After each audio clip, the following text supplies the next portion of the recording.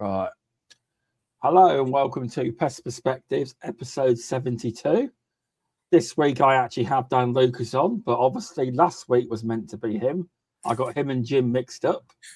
Last week was a good podcast. It was all about bird control and subcontracting bird control. It was quite fun and interesting. It was. So thanks to Jim. It's done quite well so far. All the podcasts do quite well, but because obviously you have peaks and troughs with when people listen, because it's obviously the summer and a lot of people are busy. But yeah, if you're watching, please press follow on Facebook, LinkedIn. Follow me, please, on our LinkedIn account. If you're watching after the fact, please press follow on Spotify and press the review button. It'd be great to get new reviews. And on Apple Podcasts, I've only got one review. So come on, people, one review. I have over 100 people or more following the podcast on there. I have one review. Come on, get some reviews in. But hi, Jackie. Thanks for watching over on Facebook. So obviously the podcast is powered by Powered Now. As you can see up in the top left-hand corner. I don't know what it is on the live feed, but they're a job management company. So you can schedule your pest control jobs, your tools, your pest reports, etc., and schedule to the customers. So it's quite good in that way. But yeah, check them out if you want. The link should be in the description. If not, just Google it. And this week I have on Dan Lucas from CSS Pest Services. Hi, Shaun. Thanks for having me on. Appreciate it. Yeah, no worries. That is quite good, because I normally look at the bottom of the screen and you've just got your logo right there on the t-shirt. So I can't get it wrong. I can't get it wrong there. That's it. Right, Ricky, cheers for tuning in, mate. So, how are you doing on this fine hot day? Yeah, I've been struggling in the heat today. Been out doing Field Biologist visits this afternoon, which nice hot warehouse, packing area. Yeah, it was a bit of a struggle. I could see the rest of the workers sweating away as well. So we're in it as a team, Shaun. Do you have all the gear on? Oh, yeah. Like all hairnets and stuff and all that. It's sticking to. I've obviously had a shave for the podcast, look my best, you know what I'm saying. But yeah, proper big beard smoothed on earlier, and it was all sticking. And it was horrendous. You didn't even have a shave for me. It's fine. But yeah, no, thanks for coming on. It's something new for you. I know it's something you've never really done before. So yeah, definitely, it's something I wanted to get involved with and have the opportunity to talk about stuff and move forward with it. So yeah, no, it's just to I've had a lot of people on it. It's just a natural conversation. It's just, that's all it is. Sometimes people comment, sometimes people don't. Most people usually say hello if they're watching. Okay, they do. So how did you get into pest control? Because it says on your LinkedIn it's a career's over 10-15 years, is it? Yeah. So literally, I was one of these people that could not stick at a job before I found pest control. I was bouncing around sort of 6 weeks here, 6 months was the max since sort of leaving school. And nothing really spoke to me. And then sort of one day I was just flicking through YouTube and I saw a day in the life of a pest control. The name of the company escapes me now. I can't remember who it was, but it looked so cool. Out about in the field, treating wasp nests, that was normal stuff on the video. Anyway, went straight onto Indeed and thought, right, I'm going to give this a go. Applied at a few places and was pretty unsuccessful. But then I got to go into CSS. And obviously, no experience, complete novice to the industry. They gave me a chance and stuff. And ever since then, I've been, absolutely wanting more. Every opportunity I could to sort of pick up any additional training courses, bits and pieces. I've loved it. It's the whole thing of, we're surrounded by all these animals all the time and having that knowledge. And when you're in the pub and stuff and someone goes, oh, I've got rats at home or whatever, it's something that, initially brings you together and gives you an opportunity to really, connect with strangers as well, as weird as that sounds. that was it really. But yeah, so I joined them, started as a service technician. I think I was there 6 months and got me level 2. Let's preface this. Is that level 2 day course or is that level 2 3-day course? It was the big one. It was the big one. So I was there for the whole week. You have to preface it nowadays because everyone, when you say level 2, everyone just thinks the day course. Yes, whole confusion. It was the whole big long week, going away, staying in a hotel, studying, that sort of thing. Nice. Really, got to meet some fantastic people there as well, and that was great. And then sort of went into these BRC sites and SAUSA sites and bits that we're going to cover tonight. From there, did 4 years as a service technician, and then progressed to the service manager. Again, loved that because I'd got to build decent relationships with the rest of the technicians in the team and stuff, and it was a whole different shift from being one of the guys to the management side. But yeah, I loved the team. Would be up there in the lofts doing the sanitization with them and stuff like that. Never asking people to do anything I wouldn't do. And then the opportunity arose to go for the biologist, and I've been doing that now for 2 years. So yeah, fantastic, really. I've enjoyed every minute of my career so far. You do seem very passionate, you do, which I like. You do seem very passionate about it, which is good. That is. Hello to Adam Thomas on YouTube. Thanks for watching. Press that subscribe button if you haven't already.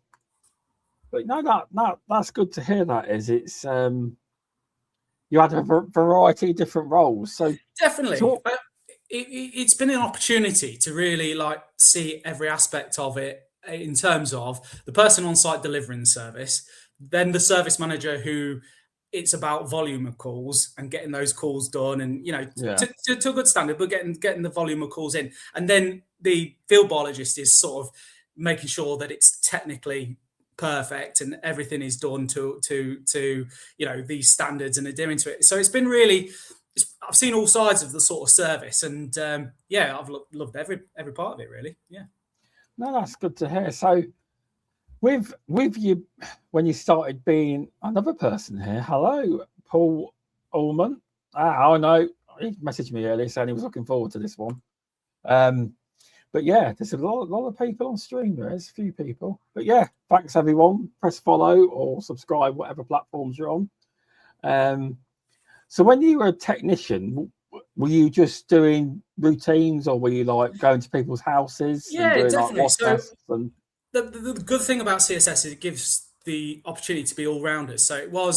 So obviously I was doing mole works in the middle of the field. I was doing domestic 3-part rinse programs, bed bug riddance, rodent riddance, that sort of thing. Yeah. But then obviously the commercial side, I was much more into the food factories. Sort of right at the start, that's what I wanted to do. I wanted to be involved in the food sites. I wanted to have the opportunity to, look at the trend and get involved. And luckily at the time, our biologist was really passionate and there as well, and sort of took me under the wing and was like, "Oh, this is what you need to think about on these food sites." And it was, I mean, I still love going on a domestic. There's nothing bad about sort of going up and doing a 3-part rinse program and getting that instant gratification from the customer who's finally had a good night's sleep, or was worried about the wasps in the garden. That's great. But it's that, getting through an audit without any non-conformances and everything being perfect, so gives me a buzz as well. That's good to hear. That is, you are passionate. It comes through. You can see. I like that. Hi Ricky, thanks for popping in, mate. Nice to hear a local qualified pest controller. But yeah, so when you made that step to service manager, how did the team treat you? Because obviously you were one of the team, then you're going to be kind of like a step up. Was it the same? Was it people went first, or because obviously you were with them, weren't you? Naturally, as a technician, I sort of was a complete nerd. So I'd sort of go away and read the pest manual of an evening and stuff like that. So I'd already sort of taken a bit of a sort of not official team leader, but team leader in terms of helping the guys. If they had questions, they'd come to me and stuff like that. So I think it was almost like a natural progression to move into the service manager role. And really the guys, great bunch of guys. Really, passionate as well. Wanting to do their stuff. Wanting to do it well, and we all just pulled together as a team. I've never really had any confrontational in terms of people having an issue with me. I think I've always been fair, and as I said at the start, going up into a loft space to do those loft clearances when you're a guy short or something like that just shows that you're not expecting them to do anything that you wouldn't do. And if they're out at 5 o'clock at night, I'd go and join them and finish off what they were doing so we could all get home at a reasonable time, and just stuff like that, really. Yeah, no, that's good to hear. That is, because obviously you hear, I always like to hear it when they say I wouldn't ask them to do anything I wouldn't. Yeah. Now, on the hottest day of the week, would you like to go and join them on a loft clearance? I would definitely say to the guys, let's call it today. Yeah. Wow, we have another field biologist in the building. Hello, Debbie Wilson. How are you doing? Hi, Debbie. You know Debbie? Yeah, I do. Yeah. I'm in Colville, and she's over, I think, the other side of Colville, actually. So somewhere near there, yeah. But yeah, no, thanks for popping in, Debbie. So yeah, that's good to hear. Then, do you know, with obviously you had steps to become a field biologist. Yeah. So what were the qualifications you went through? Because obviously you go from a level 2 tech award or certificate. So then you've got to do you go through your, I'm presuming you've done your CAT as well. Yeah. So the first stage was a certified advanced technician. And I must admit, moving from that level 2 to that certified advanced technician scared the hell out of me, because I was like, am I going to be good enough? Am I going to be able to identify these species off of samples and all that sort of stuff? And that was probably the exam that I studied the hardest for. And I didn't pass it first time. I got 2, because it was a 3-module thing. You got 2, and you got to retake the additional one. And my treatment reports, because back then it was all handwritten. We were doing handwritten ones and all the time. I thought I'd aced the treatment report, so it was sort of something that I put in the back of my mind, and I thought, I know how to write a treatment report. No problems with that. So I focused really hard on risk assessments and the identification side of it and everything like that. And I let myself down on the treatment report. But sort of took the retake and got it sorted on the second attempt, as it were. Well, it's nice to hear your honesty, because obviously Debbie knows I had to retake my. I passed my vertebrates first time. I failed my invertebrates and the health and safety, but it wasn't by a lot. That's the annoying thing. Yeah, it's frustrating when it's just there, isn't it? But you know what got me now? A lot of it was I was learning about cockroaches, having never done cockroaches, you see. I'd never done them up to that point, but I now know. I've done 2 cockroach jobs since. Two. That's it. You don't get them a lot around here. No. You don't. It's cool when you come across the stuff you don't get to do every day, isn't it? It's sort of like your cockroaches or, Indian meal moth or stuff like that. It's it's cool. Yeah, no. So you obviously done your CAT. Yep. And then.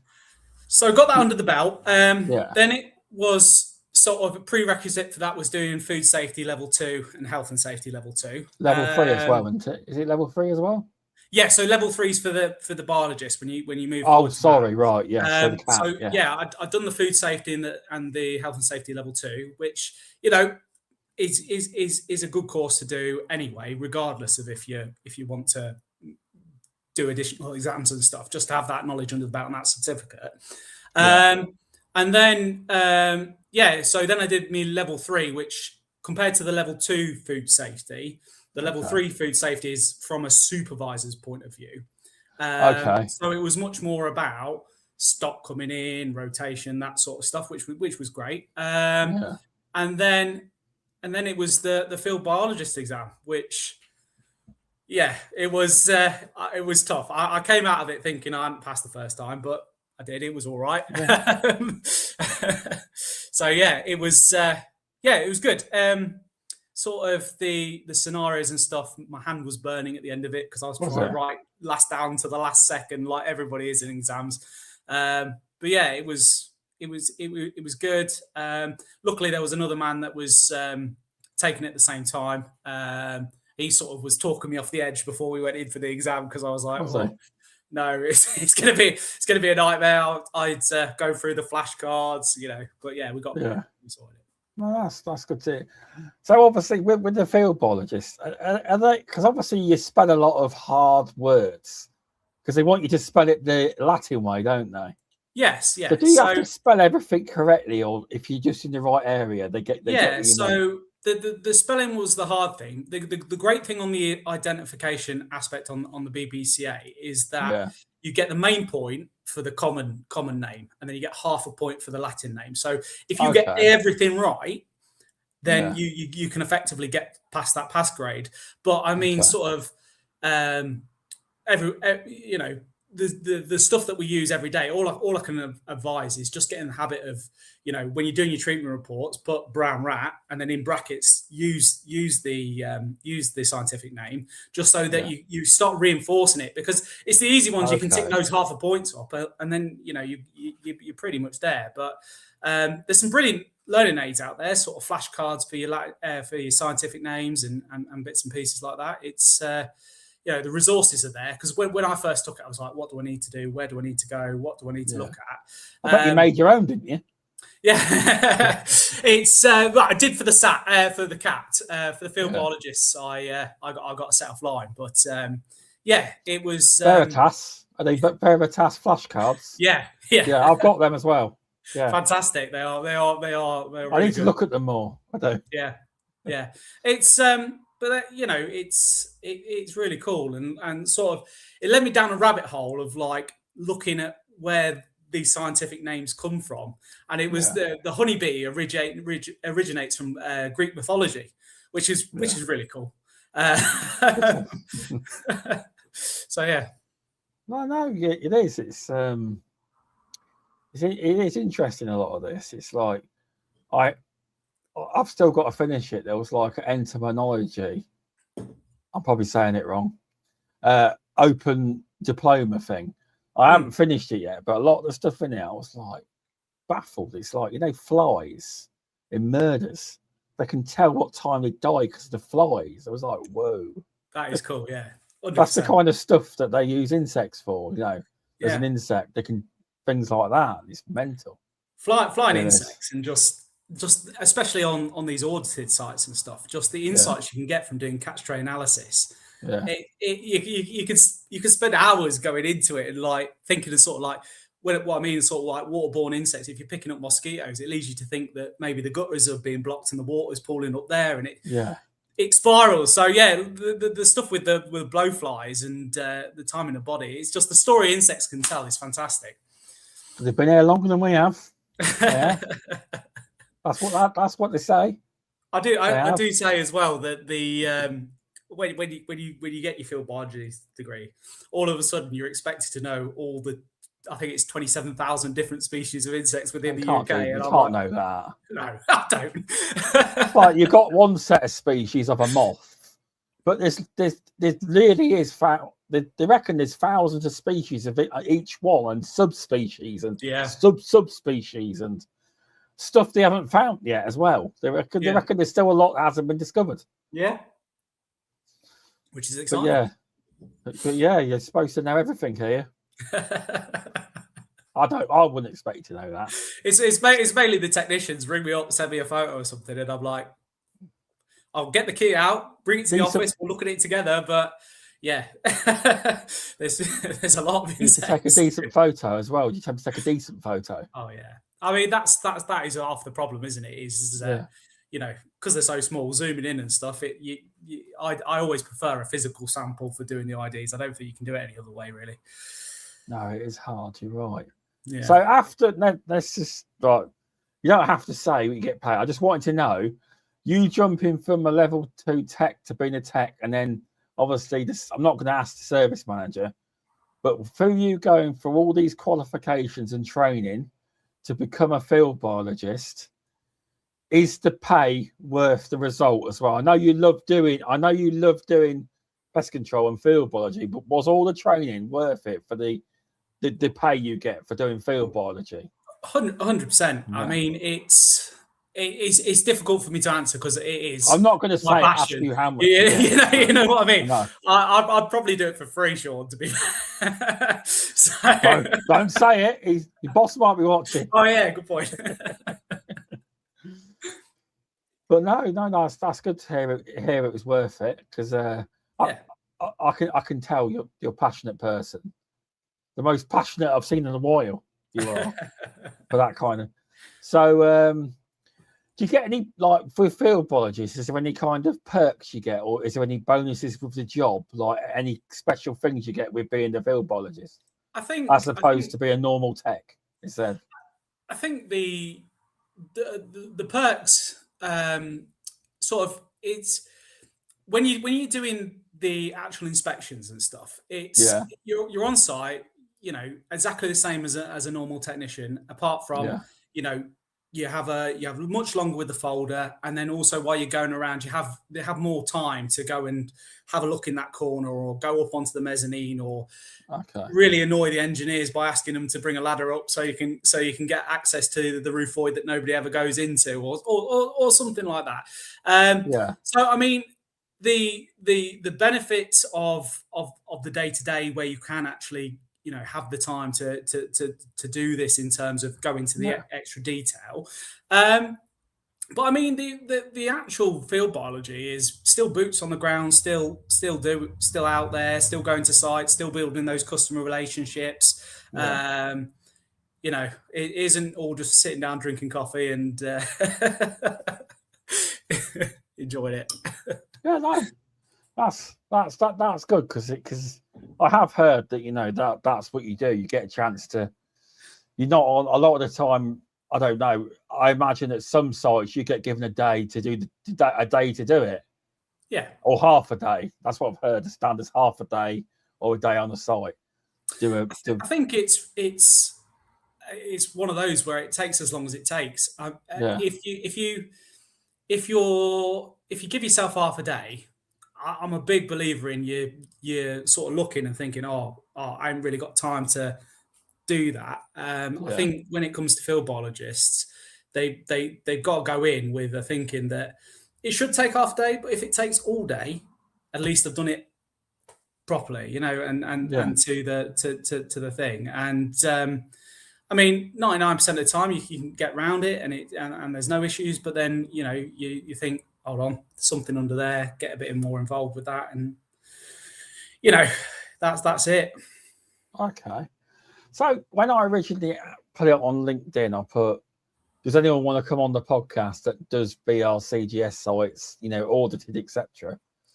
And here Dan's DM turns up. And I was like, yeah, lovely to come on. And so you do BRCGS sites, do you? Yeah. So I think we do. We have a handful of Salsa, but the majority of that sort of work that CSS does is BRCGS, mainly version 9 food standard. So there's and I've pretty much done that since I got my level 2 qualification. Obviously had that bit of handover with somebody who had their level 2 before me. But yeah, so I'd probably say it's been the majority of my life for probably 8 years on doing those ones. Okay, so with doing obviously the BRC sites, what's the best advice you can give? Like, is it more take your time and make sure everything's checked, and when you're going round, is it more about, I'm on about a technician, when you're doing a BRC as a technician, is it more about trying to look more and the devil's in the detail? Is it? As a technician, the best piece of advice is to know the standard, is to take the time to either go to your end. Lots of companies will have a biologist with these standards available, or directly going to the site and just having a read of it before you do anything, just so that you have a full understanding of everything that the specification's asking, and also communicate with the customer, because yes, they may be BRC, but they may also have other auditing standards and stuff like that. And just so that you can get everything right and the way that you need to do it, it's that communication at the start and fully understanding what's expected of you sort of moving forward. Then the sort of the next things come in terms of placing monitors, what you're going to do with your baits and stuff like that. But yeah, a good understanding of the standard and what the site wants in terms of if they've got any additional, like organic as well, or a lot of these BRCs go hand in hand with another specification. Okay. So,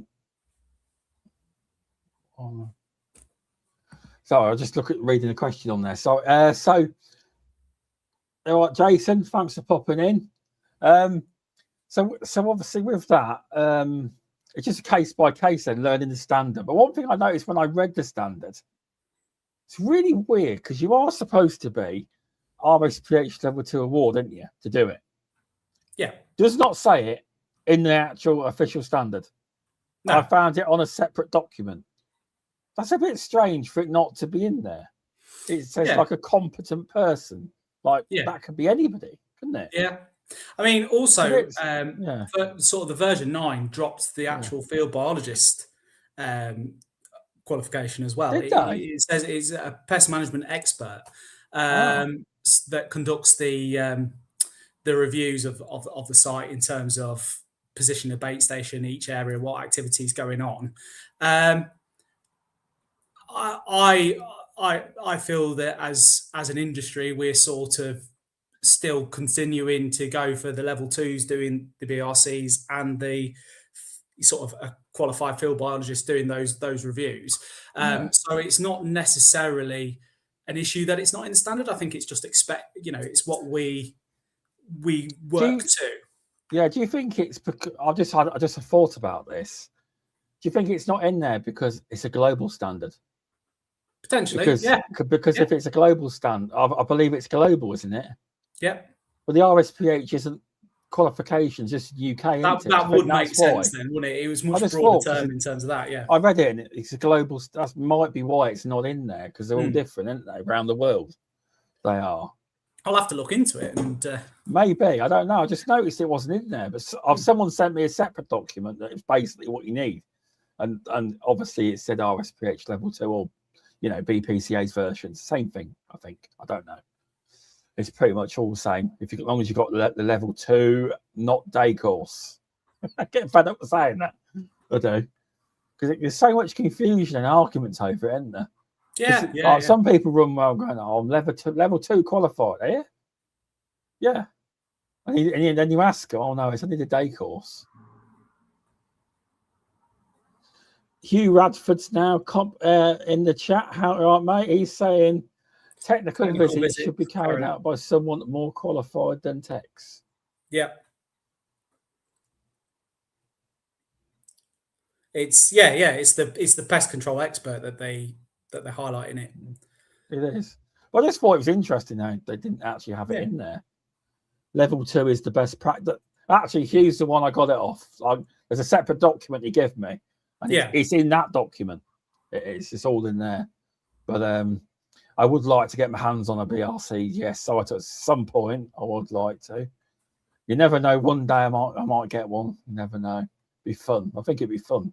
Yeah, it definitely comes with its challenges, and it's a lot of fun to get involved and doing all your trend analysis and everything like that. It's good fun. So obviously with these sites, is there a standardized, when you're writing up your reports, is there a standardized way you should do a field biologist report, or are they all different? Is there like a set standard where you do how you do a report for a field biologist? I'd say on the BRCGS, is it just as long as you meet the minimum requirements, it's fine? So it has to be an in-depth inspection of the areas according to the standards. So it has to be, go to each area, do an assessment for pest activity, hygiene, housekeeping recommendations, proofing recommendations, highlighting that all on the report. And it also has to review the current pest control methods in place. So effectively, what you do is go to each area. There's a cupboard under the stairs that we haven't got any monitors in. There's potentially something harbouring in there. Let's look at adding an additional monitor in there. I think as long as you hit those key points, hygiene, housekeeping recommendation, area by area assessment of what the pest activity is, what's going on, I think you tick the boxes in terms of that in-depth review. So there isn't basic. As long as you hit the targets, there isn't actually an example of a report. The actual report itself, it just follows a natural flow. Effectively, summarising what's happened since the last visit, then going area by area, taking your photographs because photographs speak 1,000 words. And then linking that to the recommendations for each area, including your trend analysis as well, which has to be done at least annually or in response to an issue, and just linking that all together in the report. It follows a natural flow. Also including some QA aspects of it in terms of looking through the folder, was this there, was that there, and including that in there. I feel like it effectively there are templates out there, but I think it follows a natural flow if you're thinking about the site and what the actual standard says in terms of what these reviews have to include. Okay, that's good to hear. And also, Hugh has said that nearly all the specs are on the UK pest controllers. He means the Facebook group in the file section. So here's one for you. So what if because I used to have it on, I've heard the stories of Red Tractor where you got a spec. So say, for instance, you had a BRC site and an auditor asked you or whoever it was, for something, obviously not as a field biologist or tech or both, I don't know. Probably the company providing the pest control. For something that isn't actually in the spec. Have you ever come across that? Something extra that's not in there? I think it comes up quite regularly in terms of that, and I think it's an opportunity to help your client effectively push back on some of those bits. But obviously, their job is to review it to the specification, and anything that's picked up could be as a recommendation or something that they can do, and it's always helpful to have a fresh eyes on a pair of sites and anything that you missed and stuff like that. But effectively, if you know your spec and you have your understanding of your spec and it doesn't feature on the spec, there's opportunities there to help with a slight pushback in terms of picking up something that's not necessarily as part of the standard. I just thought I'd ask because you always get that one that asks for something they're not really entitled to. I've heard about it on Red Tractor sites asking for stuff that ain't even required. And going back to them, the person I knew went back to them and rang Red Tractor up and said, "This is not in the spec," and they dropped it in the end. They did because it wasn't in the spec. Yeah, no, definitely. It's being there to support your customer with pushing back and understanding the spec. As I said, it's the most important thing you can do on these sites is to read it, understand it, and have that communication with your customer. Okay, that's a good. It seems there's a theme: communication. Yeah, with the customer. 100%. That's the best bit is communicating what's going on. It does. So right, are you there? I'm in. Yeah. Sorry. So right. So I want to ask you a bit. So how do you build a pattern of life for trend analysis, and how does that compare to the catch tray? The the catch trend analysis trend. I've probably got that wrong. How do you do all that? I've never done it before. Okay, so effectively, you put all your monitors in your high risk areas like you usually would, as well as considering in terms of product contamination and stuff, because obviously under the spec we don't use any toxic bait unless we're treating in response to an issue. So you put them all in the high risk area. Also take into account sort of palatability, so any high risk areas or wet areas like that, probably put them down for visual inspection points rather than having a bait that can go moldy effectively in those areas.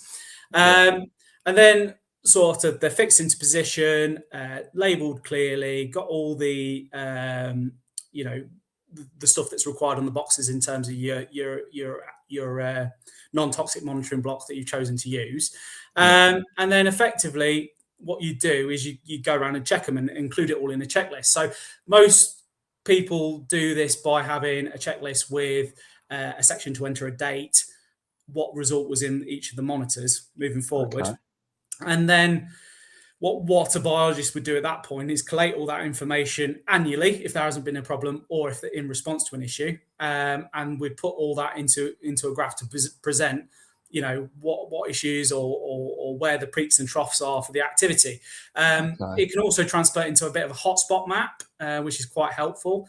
Some softwares have that out there where it naturally sort of picks up how many times that monitor has been hit and gives you heat spots on the map. The most important thing in terms of that is probably also as well, don't just rely on the bait station for the take. What I would do is I'd have that baiting point and consider the area immediately around it. So yes, there might not have been any bait consumption, but there was some drop-ins next to this box. And it's something that could be missed on when it comes to the trend analysis, because the physical bait station was clear. There was no take in the bait station, but there was some drop-ins next to it. And it's capturing that, in terms of your monitoring point checklist would really helpful for a biologist in terms of going back and looking and creating those graphs and creating those hotspot maps and stuff like that. So it's also with the temporary monitoring equipment as well. Obviously, that still has to be sort of fixed in position, because effectively you're putting it down with toxic baiting, and to prevent that contamination of product, you want that to be secured. So you're putting that in, you're making a temporary site plan and checklist to make sure that all the monitors on site and adhere to that standard. And then again, make that separate monitoring point checklist. Make sure that you're gathering that trend analysis data, because it all helps in the end. When you sit down with your customer at the end of the year for a review, it's really helpful to have all this. Look, this was the heat spots, and also when you have to do your risk assessment, your site-specific risk assessment to analyse how many visits you're doing, whether what we're doing on site's working, looking at the activity that we've had, which forms part of it, because all the visits for the year have to be done by risk assessment. Having all that information at the end of it gives you something to talk about in that meeting. Well, no, that's really in depth, to be fair. I mean, there's me thinking, I've never done a trend analysis thing, but I never thought about the rodent activity. I just associate it with flies. The flies, it's everything. It's the whole story on site. Everything on site gets trend analysis every 12 months, or if there's an issue. The fly trend analysis is fantastic. After every service, I'll do trend analysis for the fly units on site, just purely because it's such an instant indicator of anything going wrong. So obviously your peaks in your blowfly, something's dead somewhere, or your SPI that you pick up, there's something going on. It's the trend analysis aspect of it. It seems scary, but it's really just sort of looking at what activity we had, looking for patterns in that activity, and changing your approach moving forward to ensure that doesn't happen again. No, it's a great explanation. It really is. It's your stuff, mate. You really do. There's some really good answers you've had, I tell you. You have. Darren Pierce on LinkedIn. Thanks for popping in, mate. Previous guest. Don't know if you listened. He done one on drains. I did. I watched the drain one. Yeah. Did you? That was very popular. That was. I had a really long message of someone on YouTube over that one. I'm guessing somebody worked for a national company and they were frustrated because the company they got in for rats didn't know about rats, for the drains. So yeah, so it taught them quite a bit. It did, which was good. So yeah, no, it's been really insightful. It has. So here's one for you. So if you say you go to a site that is brand new, which I had this, and they decided not to go for BRC yet. But I was like, when one of the questions is, what is the pest activity? Don't know. It's a new site. What do you do then? Say it's a brand new building, just opened, and you've got no pest activity, and it's all about pest risk. What do you do when there is no data? So I think if you're looking at the actual site, there's you haven't got that data. But if you look at around the surrounding areas, is there a railway line behind it? Is there a lake? Is there some field? You can start building a risk management, a risk assessment based on the surrounding areas. Have they got a canopy? Is that canopy protected against birds nesting in the canopy? Obviously, if it isn't, they need a bird net underneath that. And I think, like every survey, you go in and as pest controllers, we're naturally looking at those things that we do without even thinking about it in terms of, there's a field over there. There's an animal feed plant, on the opposite side of this industrial estate. And you can start building that risk assessment, even though it's a brand new site, because you can think, there's a chance there. And obviously, part of that initial survey, you're doing a bit of a proofing survey. You go around, you identify any potential gaps and stuff like that. You think, hold on, while that's open, there is a chance that there could be some ingress here. So I'm going to build that into part of my site-specific pest risk assessment. Okay, now that is absolutely excellent answer, because I went to this, they've decided currently not to do that. They're just going to do normal. But yeah, I just thought I'd ask because I didn't think. But to be fair, all the buildings on this estate, they're all new as well. So yeah. No, definitely. Yeah. But I didn't think of there's always things. I mean, Google Earth is a fantastic tool, sort of zoom out, look at what the surrounding areas are, what are those risks associated with the natural landmark. I mean, as I said, railway lines, we think, vegetation back there, there's going to be litter collecting, nobody's going to be necessarily going down that. So build that into your site-specific risk and feature it in the document. Put, the reason I think you need X amount of visits a year is because of the location of site. There's a body of water over there, or there's a train line over here, and that's how I'm going to therefore justify that this site requires this visits. Yeah, great. I tell you, great information here. But no, it's a good answer. I just got to look. So yeah, just checking that. With a chat kicking off in the chat there has about standards there has. What was that about? It was about that was it about M&S. Yes. You wrote M&S. You put it here. The only requirement is for BPCA certified field board is the M&S supplier. Yeah. Do you do any of them? Yeah, do a few on M&S sites. It's a whole different level up in terms of their specification. Is it? I've heard of people that generally, if M&S does something, a lot of them seem to copy. They set a trend. Is that right? They kind of. I think obviously the BRC regs came in as a way to sort of give that standard to everybody, and then different businesses went, well, if that's a standard, I'm going to do my business to this level. Well, if that's a standard, I'm going to do that to that level. And then you ended up with all these tiers, and effectively you can be on a site where you've got these multiple standards all can be working against each other, so that you're left in a box where all you can do is ask the mouse to leave politely, rather than do anything. But again, that comes back to communication and just making sure that you're aware of what those standards are. Like I said at the start. Yeah, no, that's fair. That is. How I'm not saying you've ever used them. How has the ban or the effective block of glue boards on food sites, because they're allowed on food sites, aren't they? Yeah. I think most companies have dropped using them just because of the hassle, haven't they? Or So I did the course with Killger, and I have carried out a treatment since the ban's come in. Well, not ban, but the licenses and stuff. The license, that's it. And you know what? I only think it's a good thing when it comes to reducing animal suffering, Animal Welfare Act, all that sort of stuff, because I think it's so much at the forefront of our minds that we've got this license, that we have to adhere to this license conditions, that any room for any errors that used to occur is completely gone. And I think they have the place. I think they are a vital tool that we need in our toolbox, and we don't want to go the way of Scotland, isn't it? That's completely banned now. Oh, I heard about that. They reckon if you've got them in your van, you can get arrested and go to prison for it. Jeez. So they're saying that even if you were a delivery driver, I think that's a bit extreme. Your delivery driver wouldn't know he's got them. He would they? I mean, it needs to be coupled with the ban of the sale, doesn't it? Really, at the moment, it's just the ban of the use, not the sale. But it's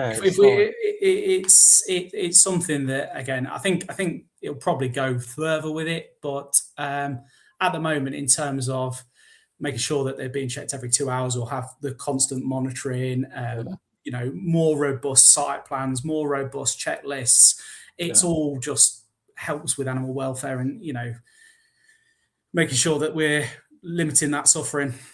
I mean, at the end of the day, I've never really, well, in fact, I've never used them. But we obviously had some, not many, but you never want to use a tool, even if you've never used it before, because you never know. Monday, it's like effectively now, if you get a kitchen or a cafe that has an infestation now, you cannot use glue boards. To chuck glue boards down was the fastest way. You've got to trap them or. But that makes us fall back more on integrated pest management, doesn't it? It pushes you that further to, make sure that we're picking up all the hygiene. The client's got to take more of responsibility for the hygiene, the proofing that you guys are, I have got much better. We are identifying as we're going around. I have got much better at telling them to do the proofing or pushing the proofing as a service, as part of the plan, because I was never confident of saying this is what you need. But now I'm quite I don't get it all the time, but I'm more confident about saying this reduces these access points, and then you won't, we can reduce that, and then we can look at other areas. But I'm more that comes over time, because I know it is part of integrated pest management. You've still got to sell that to the customer, haven't you? Yeah. So even though you're giving them a solution, you got to be more confident in how you word it. Definitely. Some people just think, just try to make money out of me. When you obviously you want to make money as a business, but you also want to make sure that you cut down all avenues for rodents to get in the building. Yeah. Or a cafe or whatever. I mean, it's the root cause analysis of any pest issue is what we have to get to in terms of how it started in the first place. And look, when you sort of dealing with most pests, there is something that you can show to the customer in terms of, let's say, rats coming in through an air brick hole. There's gnawing, there's smear marks, there's evidence that you can demonstrate to a customer that this is the root cause of what's occurring. So I mean, demonstrating that root cause analysis and getting them to buy into what our industry is more about is about working together rather than just chucking poison around everywhere. It is better that way, but obviously sometimes I've just filled a hole because they're not going to do it, not going to pay for it. Sometimes I've just done it. You shouldn't do, but they're not going to pay for it, or they're not going to do it. You just do it. Sometimes, and that's the problem, isn't it? Because you think, even if you put it on the report, in the long run, if this hole is sealed, even like when you put it on there so that EHO can see, but sometimes it don't come for 18 months. It don't always work, does it? We'll keep putting this on here, but it doesn't work, does it? No. But that's, again, if we link that back to the BRC stuff, obviously part of the standard is making sure that they react on to recommendations in a timely manner. So has to be actioned, or they can get in trouble, can't they? Yeah, definitely. It can perform as part of the non-conformance for them, which is great. I mean, recommendations have to be reasonable and practicable. I think if you give them something that's insane, you're not necessarily going to get that work. But that is one of the things that I do like about these audited sites is a hole needs filling, and 99% of the time you come back round and it's filled and it's sorted. So yeah, that is an added benefit, compared to your other stuff, really. No, it is, because they basically have to do what you say, or they're going to get a non-conformance. Yeah, definitely. So it's in their interest. Highlighting, vegetation overgrown and bits proving, and obviously canopies as well is a big one that features on the standards in terms of making sure they're protected against birds nesting and roosting in there, and rapid rollers, make sure they're not leaving the doors open all the time because birds can fly in, or PVC strip curtains. So make sure that as we're going around we're looking up as well, because it does form part of the BRC standard. It's specifically for birds. Funny you should have said that. That's actually what that site went to look at. They're going for normal. That's actually one thing that I says, why didn't you get these doors sorted? Yeah, pigeons, they had to get someone else to sort that, but they had them in. I said, you need the strip curtains, and they said we should have done that straight away. Yeah, it's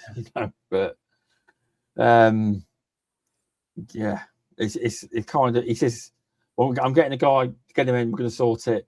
It's all being ordered and all that, but hopefully they get it. But that was going to be a BRCGS site. They've not made their mind up. But you can't give a price if they're not going to tell you the detail, can they? I suppose it's like anything. It's a step up. I mean, they have to get operationally up and running to get to that point where they feel confident to pay for that audit and get that audit done. So I mean, there's always that room to say, right, this is your standard, but if you want to upgrade your service later on, it's X amount extra. And then you can get it going, get ball going. But you also have the back in mind, like, okay, if we're going to go BRC, it's this extra. Yeah, exactly. But I mean, you need to know exactly what they're going to be selling. Everything. I knew nothing about what it was going to be. Can you give us a price in case? So they can't really. I need to know exactly what you're going to be doing, because it's like chucking a number out there. It might be right, it might be wrong. Yeah, so I just give them a normal price instead. And obviously that risk assessment that you do to establish the visits and stuff, the site-specific risk assessment, effectively you have to change that every time a process changes as well, or there's a different risk. If they suddenly put a production line and there's voids in that machinery, and there's that chance of product falling down into that, making conditions conducive for stored product insect breeding, etc.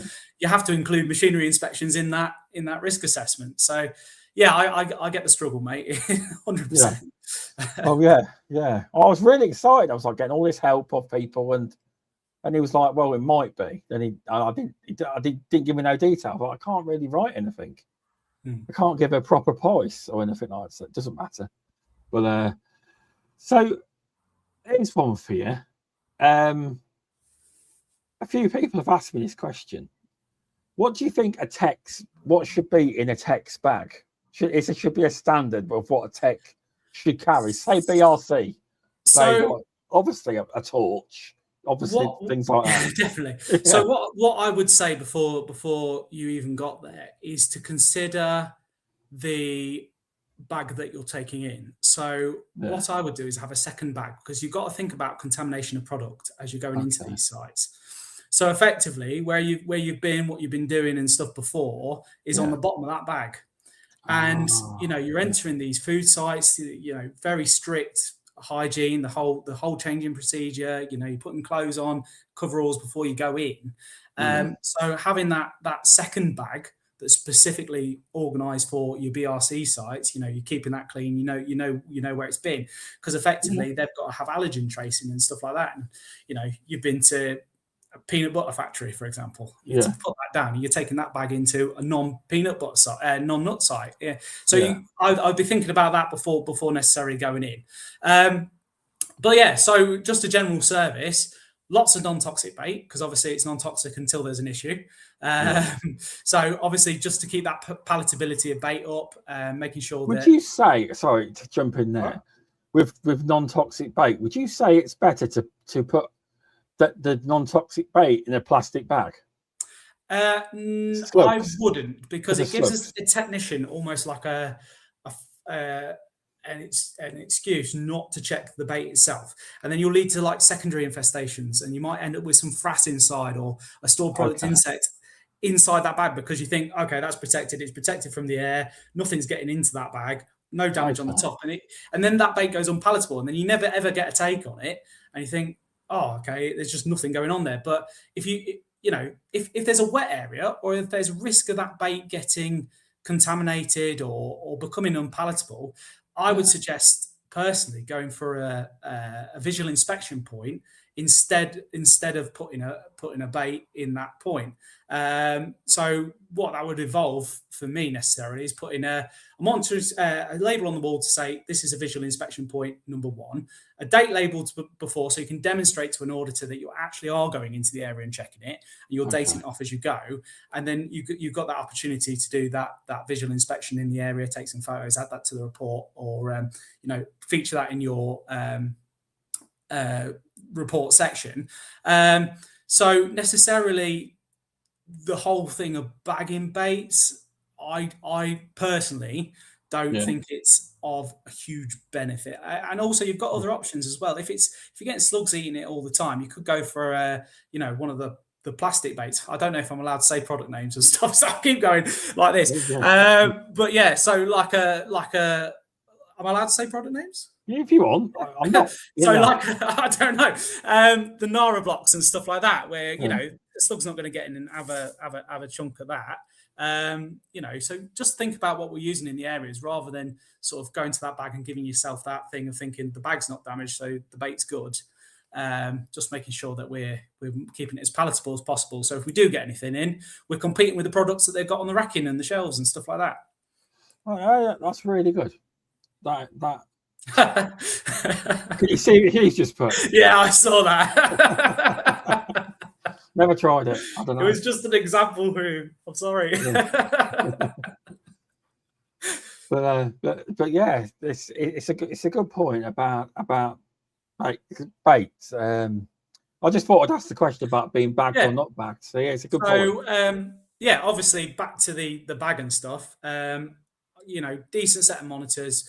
Again, reducing contamination risk. Are the boxes grease free? Are they nice and clean? Replace them as you go, keeping it looking professional, audit ready. So I keep saying I agree. Nothing great.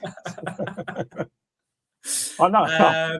But slugs won't eat it, which was really, they won't eat it. Nara blocks, yeah. Okay. So that's. I think generally in my experience, and this is only my personal, people bag it when there's more likely the slugs are going to damage the baits and stuff like that. Plenty of monitors, so you're keeping your stuff nice and tacked. Obviously, anchoring pads to keep your monitors secured into position, and all in terms of wire and stuff. All your fixing materials to make sure you can stay. Plenty of labels. Obviously they're having clean down, things are happening between visits, labels do become illegible, so you want to be able to make sure you've got the kit to do that without having to keep knit backwards and forward to the van. We probably also want to think about what we're going to do in case there's an issue, so we want some breakback traps in there, and we also want to probably consider what we're going to put on those traps, because again, thinking about the allergens, thinking about the contamination risks, you want something that's not something like a provoke or something like that, that's therefore going to them little plastic ones. I don't know what they're called. You can put them in traps. They're the plastic ones. Definitely. They've got scent in them or something. I can't think of what we used to have some of them. We probably have still got some of them in stores. Yeah. Also, you want brush, are you saying? Yeah. So Killjoy do a really good AF key. If you've got AF keys where it's half brush and half thing, give the monitors a good clean down, clean the inside of it. you know, if there has been a little bit of, you know, frass at the bottom of the box in terms of, you know, something's been in there, make sure you're getting it all out, cleaning it out. You know, it's just got to be, you've got to leave that site with it being audit ready every time, because you don't know what customer visits they're going to have, or, you know, if you know, hopefully you've had that communication when you know the BRC is, but it's just got to be bang on and ready to go, so that you can sleep at night. Nice. So with that, so that's from a tech. So what do you carry in your field biologist bag? What do you carry on site round with you? So factory pen, obviously, metal detectable pen, which is something a technician should have as well, which I forgot. Metal detectable pen. Yeah, so a factory pen, basically, again, you don't want to be taking in something that could effectively be a contaminant that they won't be able to pick up. So plastic pens or pens with lids or anything that you could drop as you're going around and that could end up in the product you don't want to do. So you get a factory pen, they're usually blue, but they can be different colors and stuff like that. And add that in. Metal clipboard, again, for the same reason. You don't necessarily want, well, you don't want wood in there or anything like that. What if you're digital? Do you do it after? Do you write it up digitally after? So what I do is I take a clipboard and pen and I make all my notes as I'm going around. Okay. And I've developed a weird shorthand that nobody else can understand. read my notes afterwards. That go area by area, make my notes, do that sort of stuff. And then basically I spend the time afterwards, because I have to do all the trend analysis anyway. So I have to take photos of all the checklists, upload that onto an Excel spreadsheet, make the graphs on that side of it. So I don't necessarily, I can sit there and do it in each area, but, you know, the more time I spent writing reports in the areas, the less time that I have looking and getting involved in what's going on. And, you know, my wife hates it, but I will sit of an evening and then type the reports off. But, you know, it's easier to, you know, just have your clipboard, your pen, make your notes, take your photos as you're going around, have your torch in your hand. You know, and you know, UV torch is always very helpful as well to have in your pocket, all your bait keys, and stuff like that, really. Yeah, no, I just thought that's what the difference was with a field biologist bag, because I've never asked that one. I've had a couple on so far, but I've never asked them that question, you know, about bags. I mean, that's the general inspection, but there's always a bag in the back of the car in terms of if I find something, to prevent that technician having to do that initial call out. I put some control measures in place. I get a program, a treatment plan in place, and then they sort of act it out after that and add their bits to it. That, you know, that collaborative working technician and a field biologist. Lids on your pots. Hugh's just put lids on your pots. I don't even know what he means. I need to expand on that. I don't know what he means there. I thought you might know, but you don't either. He'll comment in a minute. Yeah, lids on the pots. Come on, Hugh, tell us what you mean. Lids on the pots. But no, it's been a good. I've learned a lot so far, but I might have to listen to this back, because I tell you, I don't know if you're going to listen to this back, but even though I'm an experienced podcast, I don't like listening back to a whole podcast of myself. I'm more used to it now, but you actually sound I'll never be able to listen to this. But you know, I'll be like, oh no, why did I say that? You actually sound different to what you think. Yeah, you do as well. Put lids on your non-tox pots, etc. Did you get what it means? Non-toxic. No. It's in a box. The last thing you want is to kick over your. Right. I get what he means. So yeah, obviously when you decanter your bait, you put it into a tub. You've got a lid on. You've obviously labelled that as the product that's in there, because again, it's that contamination risk. That's got to be in the back of your mind. Is thinking. Right. Get it. Sorry, Hugh. Got you now, mate. Sorry. Let's just put that so the video can see it. There and there. There we go. Yeah. There we go. But yeah, let's have a look. Yeah, but no, it's been an interesting podcast. It has. Do you only do CSS audits for the text. Is that what you do? Yeah. It's I've got a good team behind me. And, you know, they don't get it 100% right all the time, but they're very, very receptive to the sort of the QAs. They come out with me, and you know, we're putting out some good stuff now.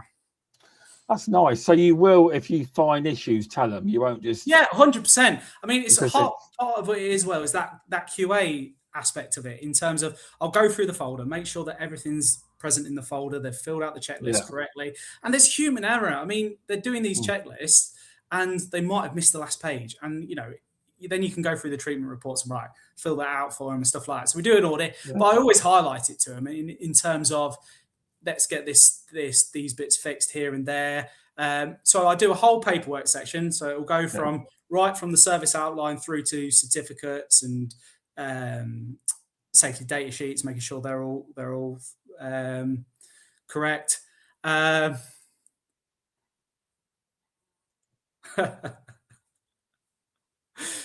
Straight into dustbin. Well, you thought it was.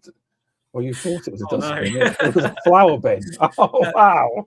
So yeah, you do that. You do the you work through that. So I'll break it down aspect by aspect for them. You know, bits here. You know, and what they're really good at is, you know, making sure that it's fixed. And then I'll go monitor by monitor, and obviously I don't necessarily check every monitor on site. I sort of check a percentage in each area. Most of the more time I'm focused on what's going around it.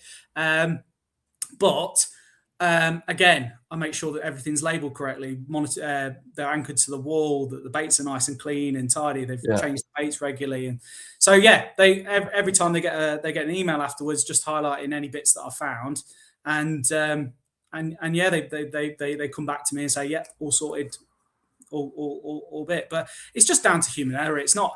No one's perfect, are they? You know. Yeah. We're not robots, are we? No. Yeah. So obviously, with your tool bag, do you have a nice little magnifying glass as well? I have a little lens and some sample pots. So collect things afterwards. If I can ID it then brilliant. If I have to go through a key, you know, always communicate with the customer. Found this, not 100% sure, but I will get that answer for you and come back to you. No, that's good. That is. I suppose they like that. That's being transparent. You like 100%. I mean, as I said, it's all about communication and just making sure that, you know, it's clear what you're doing and what's happened on the visit and stuff like that. And you also sort of, obviously, you have your non-shattered tubes and stuff. And even if something happens with an EFK, or you lose a bit of something, or something goes missing, it's really important that you just go and communicate that, you know. No, that's good. That is, because I imagine that not every. Well, I suppose with BRC, they have to read your report, don't they? I was going to say on normal sites, a lot of them don't read them. So. It's so they have to do quarterly audit. Doesn't feature in the pest control section. It's higher up in the standard. So pest control is audited quarterly. So that would be. It's a taskmaster. Hi, Lawrence. Thanks for popping in. But yeah, so it's just a case of I've totally lost my train of thought now. What was I saying? So you lost it as well. Yes. So, totally. I don't know. I don't know. I can't. No, I've lost. I asked you about magnifying glasses, and you mentioned that. Yeah. So we talk about lenses. Then it was. I don't know, mate. We'll move on to the next thing. That's it. No, that was it. I've nipped into a 9-mile man, Dan. Glad to do my job. Yeah, you derailed it. You derailed us. You derailed it in the end. It's fine. So I think we covered the majority. But yeah, it's been a good podcast, and I've learned a lot, and I hope a lot of other people have learned stuff as well. It's been a good experience from the first one. I've really enjoyed it. Thank you, Shaun, for having me. To have you back on for some kind of round table in the future. I do them every so often. I used to do them once a month, but I've I'm going to do them every few months, so I might invite you on one of them because very passionate about it. Definitely, you know your stuff big time. Thank you. Do. All our guests do, but it just shines through with you. It does as well. So it's good to hear that. As and Hugh's saying, thanks, chaps. So before I say the goodbyes, I've been asked to mention, right, CPD, I haven't mentioned it in ages.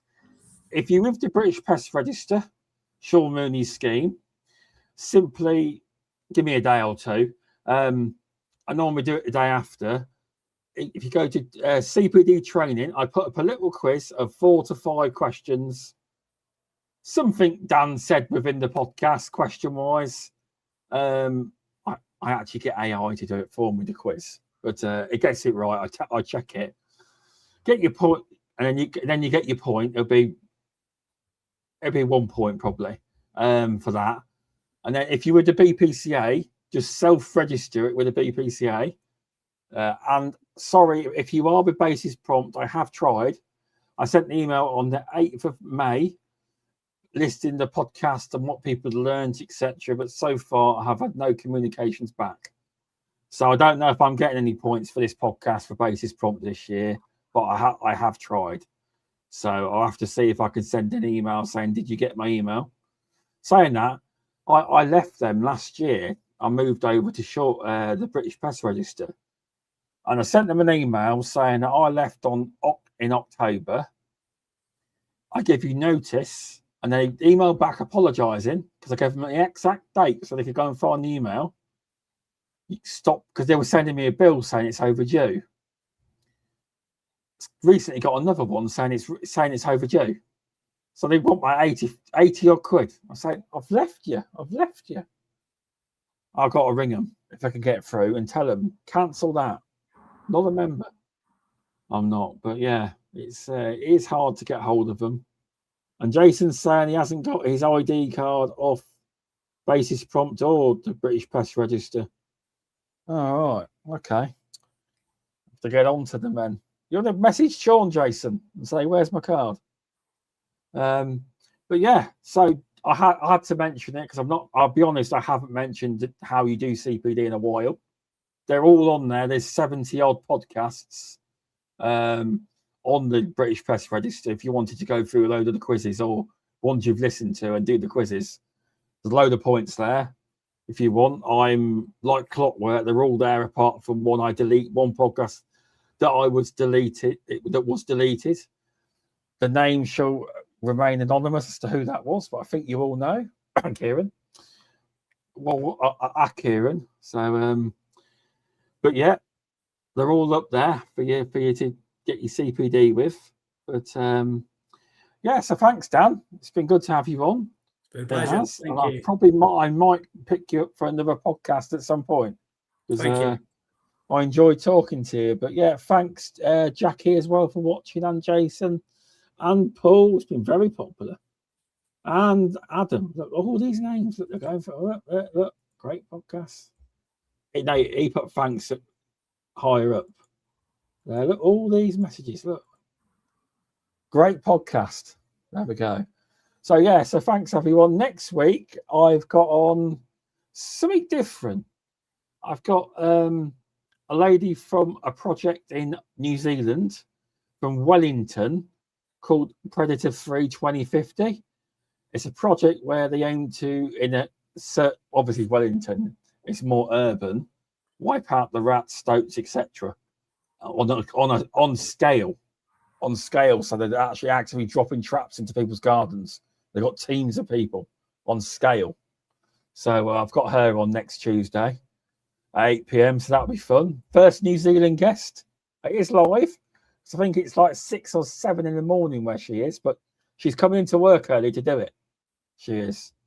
So that would be good. But yeah, so thanks, Dan. Do you want to give anyone a shout out or plug just anything? Hi to the guys if you're watching. Yeah. There you go. I would have said hi to Lawrence, but he messed me up. 9, they're getting more people now. The podcast is ending. Oh, wow. 6 people on Facebook and 3 people on YouTube. I didn't realise it did that.